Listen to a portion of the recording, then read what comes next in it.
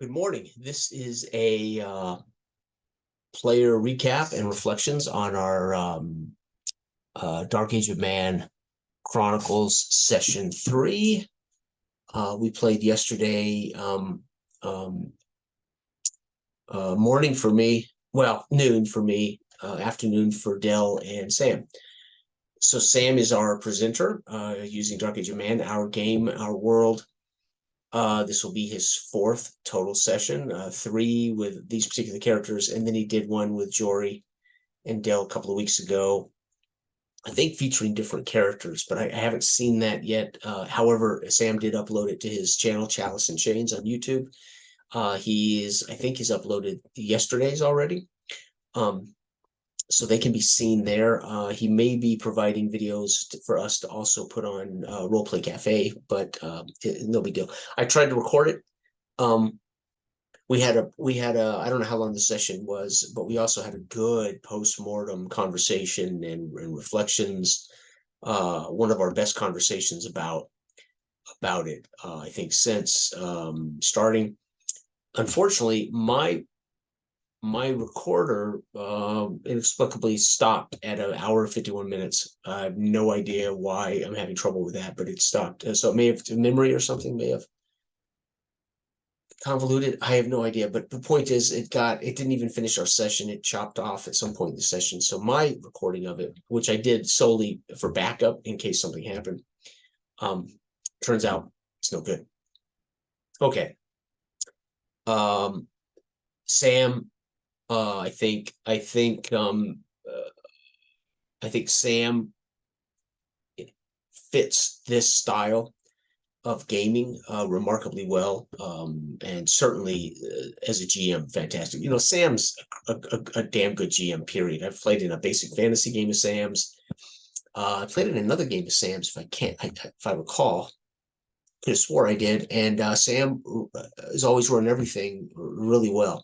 But this just seems to be right smack in his sweet spot. Uh, I think as a gamer, as a role play, at the style of role play gaming he likes, but I think for him as a GM, it just suits him really well. And I think he's kind of admitted as much. Easy for Dell and I. I mean, Dell and I role play no matter what we're doing. Our game allows us a little more freedom to describe or to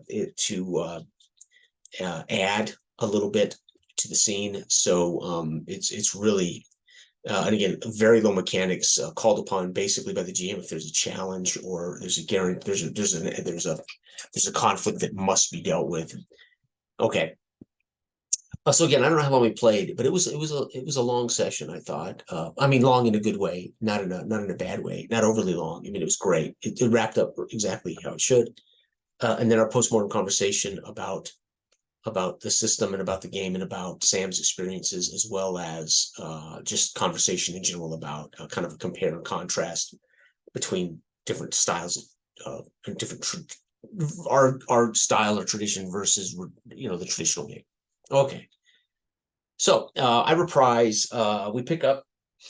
For those who don't remember, Janice had been sent to the stocks and had been exiled from the county of Dredge. And so he was going to hang a night in the stocks and think about how he was going to repay the alderman for his offenses. Because I refused to pay offenses, the Lord put me in the stocks, and we'd have to negotiate a way that I would repay the alderman, and then be kicked out of the county. Well, Dell's character, the monk, decided that my character wouldn't survive a night in the stocks. The people themselves might try to kill me, but certainly with my illness, my character's poor health in this deluge of rain that had been coming down for hours and hours, he was able to get me out of the stocks, and we escaped. Went to the boat, the river boat that I had hired to get to Dredgewater, and escaped down the river Dredge. And that we discovered a little girl on the way on that escape. She in Latin talked about the witch, or a witch, My character can speak Latin, and he keeps that information to himself. And we travel on. Dell's character, Boethus, brother Boethus, a monk, had discovered a codicil in the mud in the fray that was a riot. And that codicil, as he opened it, I shouldn't say codicil, missive. That missive was the Queen of Ireland begging her father to aid her against the Sea Peoples and the Men of the North. And for some reason, he wasn't helping her, and so he pocketed that and decided that was important information he might use. We were going to head north in the morning, despite my trouble with the law, because we were asked by Lord Washburn to find a bishop, Athelwald, Bishop Athelwald, basically a saint, a living saint, miracle worker, had disappeared in his travels north. So again, we agreed to do all this, and then I missed for a couple of months, and they played a game again, kind of on the outskirts of these characters, I believe. So we pick up, as Sam describes, we've been on the road for a while, dragging ass, headed north. The weather is dry now. We're feeling a little better, although we're tired, and we're dragging a little girl. And it's myself, my bodyguard Yami, Boethus, and this girl, the little girl. And I, for the life of me, cannot recall her name. I think I wrote it in my notes a couple of months ago, but I can't recall. And we come across a recon group of soldiers wearing King Osbert's kit, his heraldry. So they herald the flags and the scabbards of the King of the North, Northwich King Osbert. And they encircle us. The commander dismounts his horse, and we parlay. And he tells us that they're on extra cautious. It's been a rough time in the north, and it is spring. Therefore, the raids, the Viking raids, are beginning, and they anticipate trouble. And because of the heightened tensions in the area, they need to escort us to the garrison before we can get into the city and before we can actually have audience with the king, if we want audience with the king. But we're looking for Bishop Athelwald. So we parlay there for a bit. He tells us we can't get into the city without his escort. We try to negotiate horses. He won't do it. We have to walk. And he escorts us with his cavalry on horses. And as we're escorted, we hear the horns of the Vikings, and we hear multiple horn blows. The cavalry chases off to verify where, in what direction north of us, where there might be raiders or where there might be a landing Viking party. And so they take off, leaving us standing there. And we witness as the sun breaks the clouds, kind of backlit in his halo of God rays, a character standing on this outcropping of rock. And we can make out certain things, that he looks as though he has been badly beaten and tortured. He has holes in his wrists, and he beckons to us. And Boethus sees this, and Boethus, Dale's character, falls to his knees and wants to know why he's being tormented by these visions, and begs off, leave me be, you the visions. My character recognizes that it's Bishop Athelwald, or at least I think so, and I'm attempting to coerce Boethus to not see it as a negative omen, but to see it as a very good omen. My character, though, is not aware of Boethus's predisposition of dislike toward Bishop Athelwald, nor his predisposition toward Father Falcone. So in our chronicles, Father Falcone, or Falcone, it doesn't matter how you pronounce it, was basically the bad guy. He was the head of the church in Dredgewater that was not Christian, was not willing to aid the Lord in peacefully handling the pagans. In a way, he's a zealot. And he was whispering in the ear of the lady and the Lord, and he was very much behind the issuing of the pogroms, in which they made pagans enemies of the Lord, enemies of the crown. And so Falcone was run out at the end of their chronicles, Falcone was run out and sent to Howard Town, was in a way demoted and left, and Bishop Athelwald was granted land, and Sam's character became the bishop and was given a glebe of land, and he was the head of the church now in Dredge County. Okay. But I as a player, nor as a character, but what's really cool is I didn't as a player know that Dell was predisposed to be anti-Athelwald, right? I knew that he had this codicil because as a player you can't help but hear it. It's but you don't meta. I don't meta the game and say, hey, dude, you got this thing, let me see it. No. My character doesn't know about that. But I mean, I literally did not know as a player, nor as a character, that Boethus might not like Ethelwald and had really been groomed by Falcone. I did not know this.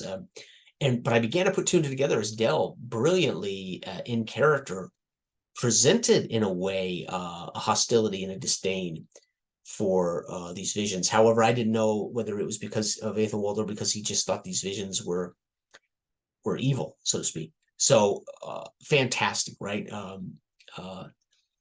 Dell knows exactly how he feels and what's going on, but and he presents it, but he's very careful in not trying to make it clear to everybody at the table how he feels about, which is part of my choice in role playing. Is I don't necessarily want to tell everybody they wouldn't be privy to whatever actions or words I don't say, right? They can perceive my actions or my words any way they want to.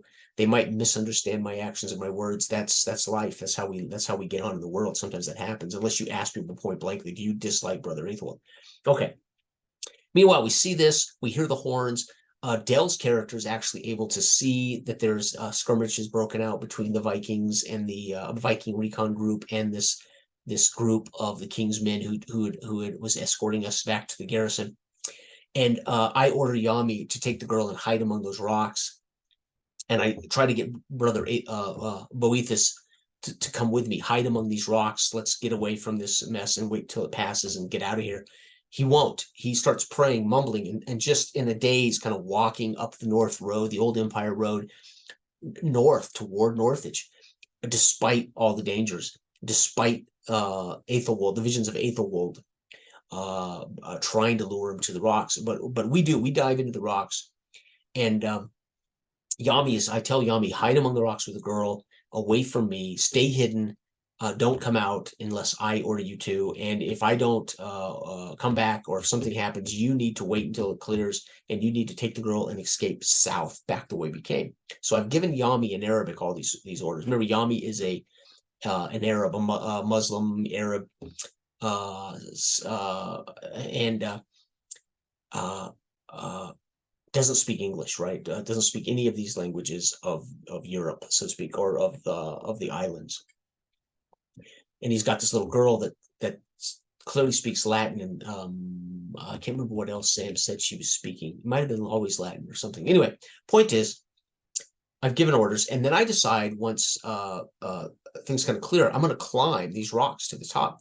Well, I fell, unfortunately, being sickly and weak. I fell the roll and I toppled, and I suffer a battered condition. My character's already fatigued from his illness, from his actual chronic condition, the condition he's basically slowly dying with, which is why I've been seeking out the Saint Ethelwald, because I want him to cure me, right? So that's my character's entire motivation to even be in Dredgewater. It's not to sell spices. I can do that anywhere in the world. I can do that. I could just ignore the little shithole of Dredgewater and gone north, or gone to the big cities to sell my wares. I was looking for Brother the Saint, Bishop Athelwald, because I heard he could do miracles. Okay, so my character falls, bashes his head, falls unconscious, and has a vision. What I think's a vision or a dream, not certain, but I take it to what it is. Athelwald. He is in his majestic garb, and he tells me it is not my time. I will be fine. I feel better as I rouse. We sit up. He gives me some bread and water, and I eat of that. And then I realize my head doesn't hurt as bad, and I'm actually breathing better. And I jump to my feet, and I head off to chase down Boethus. Meanwhile, Yami had seen me fall, and we agreed we should make a mind check to see if Yami thinks I'm dead, right? Because the way I bashed my head open, I'm already sickly. and he sees me laying there, and whether Yami would check whether I was dead or alive. Well, Yami failed his mind check. He grabs the girl up and he just takes off running south as I had ordered him to. So Yami, evacuates the area, which he had been ordered to do if something happened to me.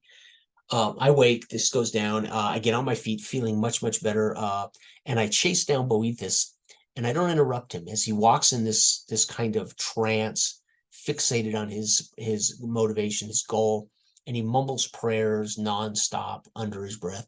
And I just catch to him on his left-hand side, and in stride, I just walk with him toward Northwich. And we walk for hours, and we get there unabated, right? We don't suffer any Viking issues. We aren't accosted by the Night King's men.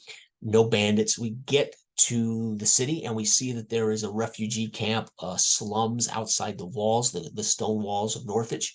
The gates are shut, and there's guards on duty. There are pyres burning among this refugee camp, and they are pyres of bodies. They are burning the so-called sick and those with plague. They are assaulting a family, threatening to murder the daughter, who we can see has got boils and disfigurations. And Boethus is scorning it all and talking about the filth of these people and this sickness. And I attempt to negotiate with Boethus. Adele, these are your people. They are the poor. They are the actual people you're supposed to work for. These are the people that you're supposed to help. These are the people you're supposed to protect. These are the people that are the closest to you. They haven't taken an oath of or a vow of poverty, but they are impoverished. And he casts them off as filthy and beneath him. And at that point, I changed my mind about Boethus. He's either nuts or he is not the man I thought he was. He's not the Christian man of God I thought he was. So I abandoned him, and I wander off to the edges of the camp and just watch everything happening. As he makes his way to the front gate, he puts demands. I can't hear any of this. I'm too far away from it, but I can see everything happening. And he puts demands on the guards there to let him in. He warns them if they don't, they will befall illness. The guards still won't listen, so he very stealthily draws from his cross, which is hidden in his cross around his neck, is an actual scabbard that hides a dagger with a poison tip. He draws from his cross that he's holding the bottom half of this, which is like a dagger, and he drives it very carefully, secretively into one of the guards, and the guard gets sick, retches, and passes out or dies right in front of everybody. Meanwhile, a cloaked figure shows up while all this is happening, and he is healing right behind Boethus around the gate. He's healing these people, and they come rushing to him to get help and heal. And people can see he's doing he's helping these people. While Boethus demands the door opens, there is a priest on the walls who he sees briefly.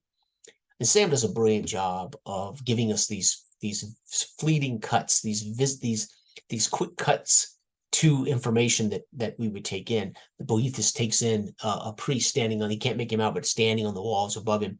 But before the doors swing open and he's let in, he glances up, and the priest is no longer there. But Dell is given access.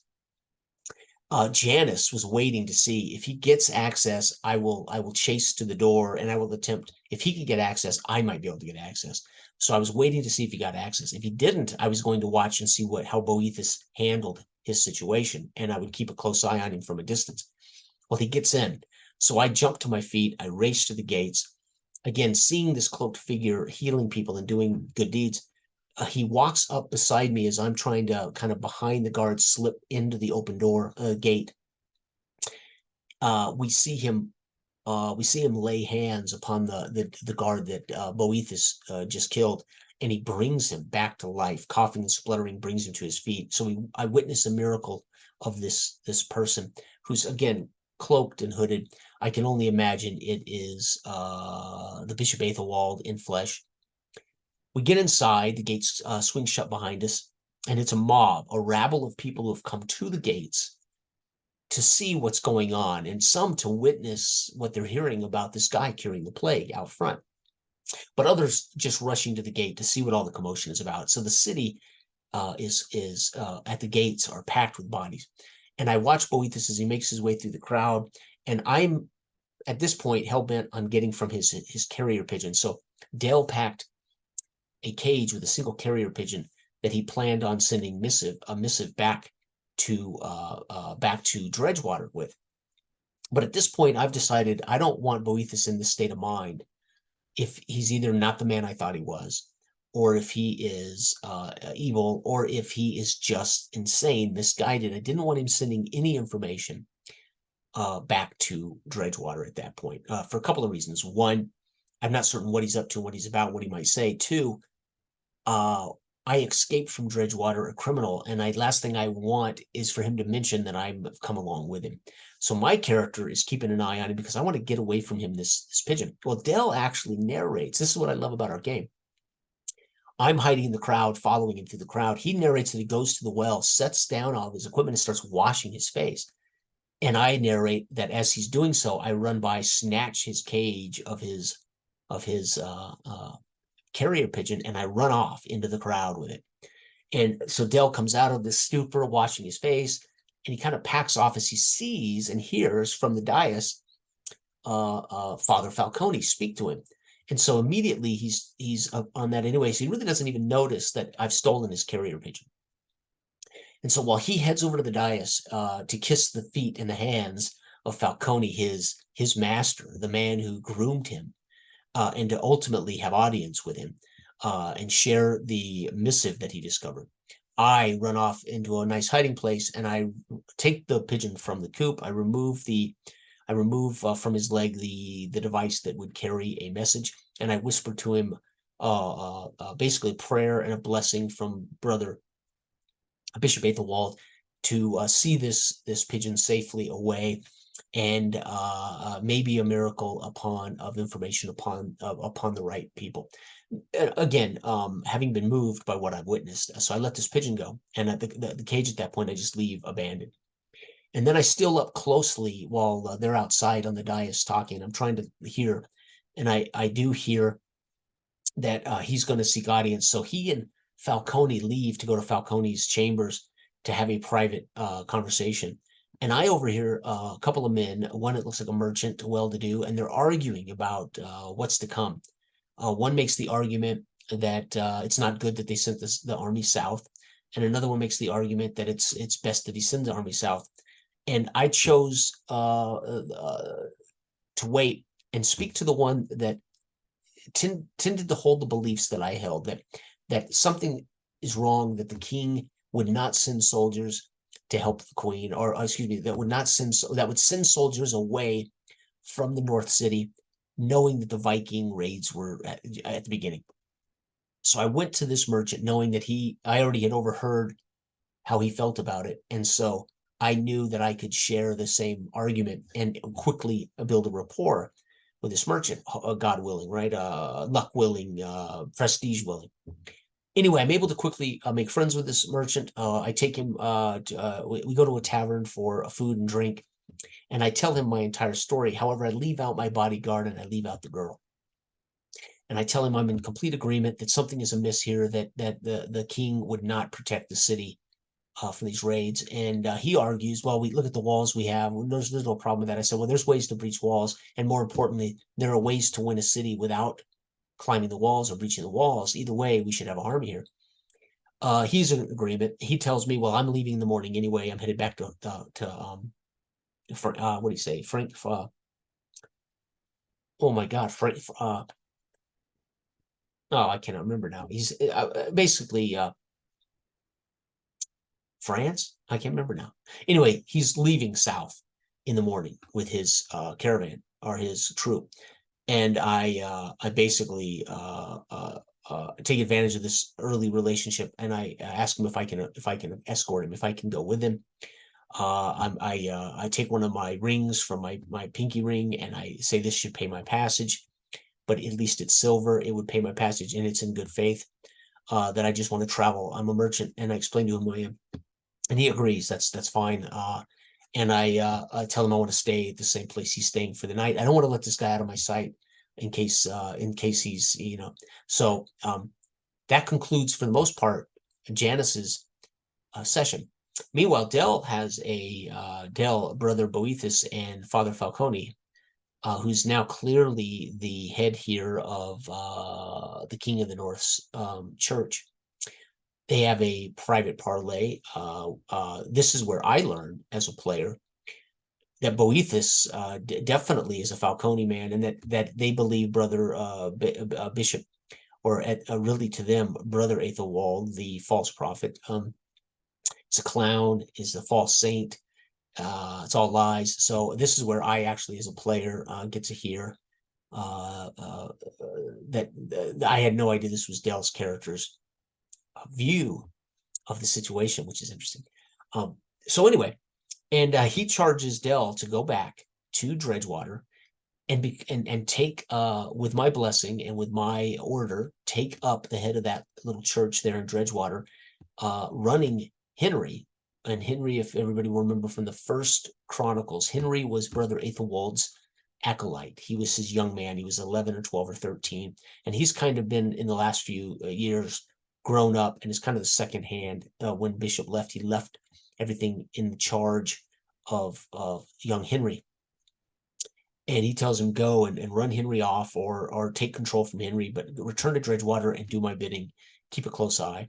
And the missive, it turns out, Falcone waves away. Yeah, we know what the problems are with the queen, but these are not problems of our king. They're problems of the prince. The prince is causing these problems. It's not our problem. Go do what I tell you to do. So we learn, or I should say, Dell learns from this, that the prince is the one supposedly that is not helping his, technically his sister, the Queen of Ireland, and that he's really the one that's causing these problems. Now, again, he doesn't make it clear that it's on his advice, which I suspect Falcone has some role in the whispering in the ears of the prince, and that the king is just a decadent, lazy bastard who doesn't really pay attention, which has been the rumor in the land anyway. Okay, and Sam then doesn't forget Yami, which is great. Cuts to Yami and explains that Yami's been running for hours with the girl, carrying the girl, and he's exhausted at this point and weary, and he sets the girl down on the road. He sees a cloaked figure on the road, and begs help. Yami brings him water, and he tells him that he will be just fine. Continue on your way. You are to be okay. And basically, again, lifts his fatigue, lifts his exhaustion, and empowers Yami to continue heading south. He's going to be safe with the girl. And so again, maybe another vision, or another working of Ethelwald here on the road for Yami. And that is where the curtains draw. That's where we fade to black. And that is the end of Dark Age of Man, Saints and Sinners Chronicles Session 3. Fantastic. I think I rolled the dice twice in the game. I rolled once for my fall, and I rolled once a mind check for Yami to see if he would recognize that I might not have fallen to my death when I fell from the rocks. I don't remember rolling the dice again. So again, another game where we just didn't have the kind of challenges that required a die roll. We might have made a luck check to convince the guards, or I might have made a prestige check to convince the guards to give us horses because we were exhausted. And I wanted to get us all on horseback, at least get the girl and Boethus on horseback, thinking that it would be a way to they could quickly escape if indeed we needed to. But again, the commander would not allow us to mount he would not have soldiers dismount and give us horses. I can't remember if we failed to roll for that or what. Fantastic. Again, Sam does a great job giving us just enough about the world that lights the imagination, but doesn't overcomplicate a description, doesn't overcomplicate, allows us to visualize in our head what this keep might look like, what this, it's enough. And for me, I prefer that. Again, I've always said it before. I'm that way myself. I like to give enough, but I like to leave room for the players to see or imagine it the way they'd like to. I'm very much a big fan of Hemingway, And I believe our narration or our description as GMs should be Hemingway-esque, right? Clear, concise, short, and get out of the way, but enough that can inspire and invoke all the details that Hemingway leaves out all the details, but somehow writes it in such a way that our imagination can fill in all those details. And Sam does a pretty good job with that. Again, I think Sam and I are similar in many ways when it comes to how we want to play our GM. I still love the traditional GM role. I still love traditional D&D and traditional D20 OSR. I still am fine playing the traditional role of a DM. And matter of fact, I miss it. And at some point, I will start running some sessions where I get to do the traditional gaming, because it is how I grew up and it's something I love. But it's not that I cannot enjoy both or do both. So anyway, great session, phenomenal. And again, what's really been good about this, again, playing with Dell, certainly as a player, as we're really, in our game, we're free to not worry at all about the actual strategy and mechanics, or about the conceits of a game like D&D. And the conceits of a game like D&D is you're setting out to be adventurers to really do one thing: explore, find treasure, and get better, get rich, and get stronger. Very often that comes at the expense of having to kill the monsters that hoard the treasure, or having to remove the monsters as a danger. And there's nothing wrong with that. It's for me, it's still the quintessential Dungeons and Dragons experience to some degree. But my point is, in a game like ours, combat is just not necessarily a part of it. The challenges can all be social, they can all be mental, they can all be spiritual. They can still be, there still will be dangers of war and combat and monsters and supernatural events or weather or whatever. But to be free to pursue the idea of the character and the motivations of the character, and present only to the table what it is you say and the actions you take, and not your plans. That's the key, right? The big difference is we don't have to negotiate, hero huddle and negotiate. Well, here's what I think we should do, guys. This is our plans. And we all as a party have to fall in line and say, either we argue it out or we agree to the plan. And it's a negotiation. And we as a party proceed on a shared goal. Well, Dell was free to be Boethus, and I was free to cease in traveling with him. I was free to then, and not necessarily get in his way, but watch him from afar and go our separate ways. My character is now headed southeast, and I've warned him I would not head southwest. I warned the merchant I would head southeast through the bigger towns of Howardtown, etc. Don't head through the shithole of Dredgewater. I have reasons for that, as I'm wanted, so to speak. But also, my character now, we can literally split the party, and the game is not so complicated or difficult that he cannot readily Star Wars-esque screen wipe, go to Janice in London doing my thing, screen wipe back to brother Boethus in Dredgewater dealing with his conflicts. This can be done, and it doesn't have to be at the expense of survival. It doesn't have to be at the expense of each other. We don't have to get in each other's way to continue to be characters in our own story. And it works, and it works great. And you can still do this with 3, 4, or 5 players. It's not complicated. And because you're naive as a GM, you only know what's in the book. You only know what we've already done. You already know what we've already created on the fly, as far as an introduction of a new NPC or whatever, right? We all note that in our notes, and we now know. He's naive, and so he doesn't have to know everything about London. He doesn't have to have a plan for my character in London, because he's going to have a tables, and those tables can affect me when it's my turn, or those tables can affect Dell in his turn. He doesn't have to have multiple tables of the random seed generator. He can have one, and the dragon might show up in London, or the flood might show up in London, and on Dell's turn, it might be a witch shows up in Dredgewater. Whatever it is that he's got on this list can show up in either situation, or worse, or better, he can roll one up, say, hey, that works better for Jason in London. This would fit great in what's going on with Jason in London. I'm going to hold that in my pocket, and I'll roll a new one here for Dell. And, and he saves the one he rolled because it just fits the cityscape, or it fits better what's happening with me in London or something. And this is what our game can do, and our game can do without waylaying the GM without loading the GM with too much stuff. And the notion that splitting the party in traditional games is dangerous. It'll get everybody killed. That's why you don't do it. But you also don't do it because the GM does not want to manage multiple sessions. He doesn't want to manage multiple parties.